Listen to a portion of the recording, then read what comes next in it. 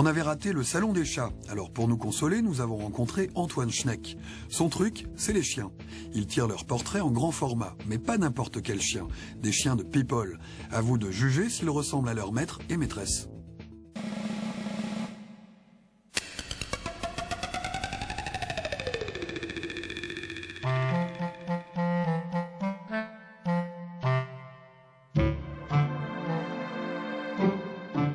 On se trouve ici dans la Galerie des Illustres, consacrée aux portraits.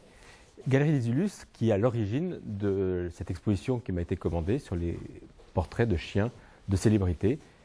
Cette exposition qui revient au château de Beauregard, bien connu pour son travail sur les portraits, et que vous pouvez voir dans la pièce d'à côté.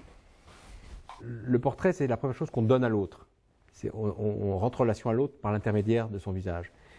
Et j'essaye justement que cette relation se fasse sans intermédiaire, que vous soyez directement en relation avec le chien. Oui, j'ai envie de les caresser, j'ai envie de les caresser avec les doigts, avec les yeux, et je ne dis pas qu'il faut venir voir cette exposition en mettant ses doigts sur les portraits, vous allez avoir des problèmes, mais il faut s'approcher.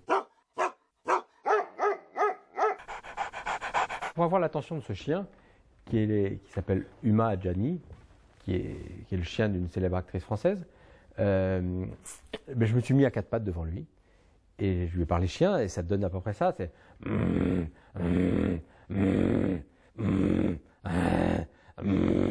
chien est complètement étonné et vous regarde droit dans les yeux.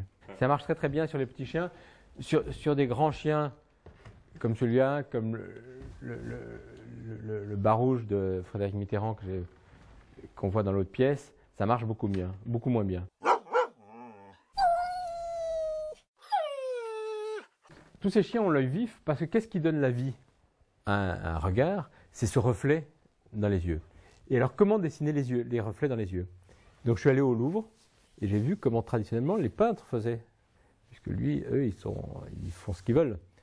Et on regarde, dans 95% des cas, le reflet est en haut à gauche, pour les êtres humains.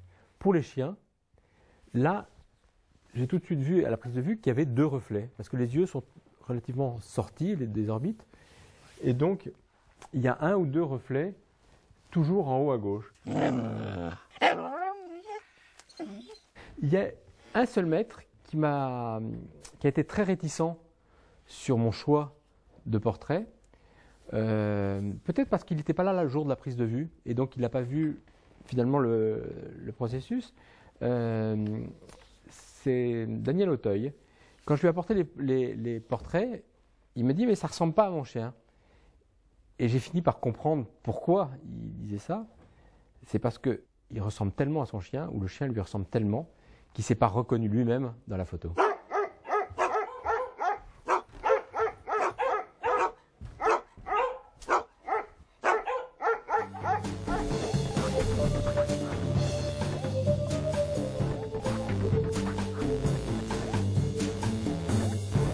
Culture.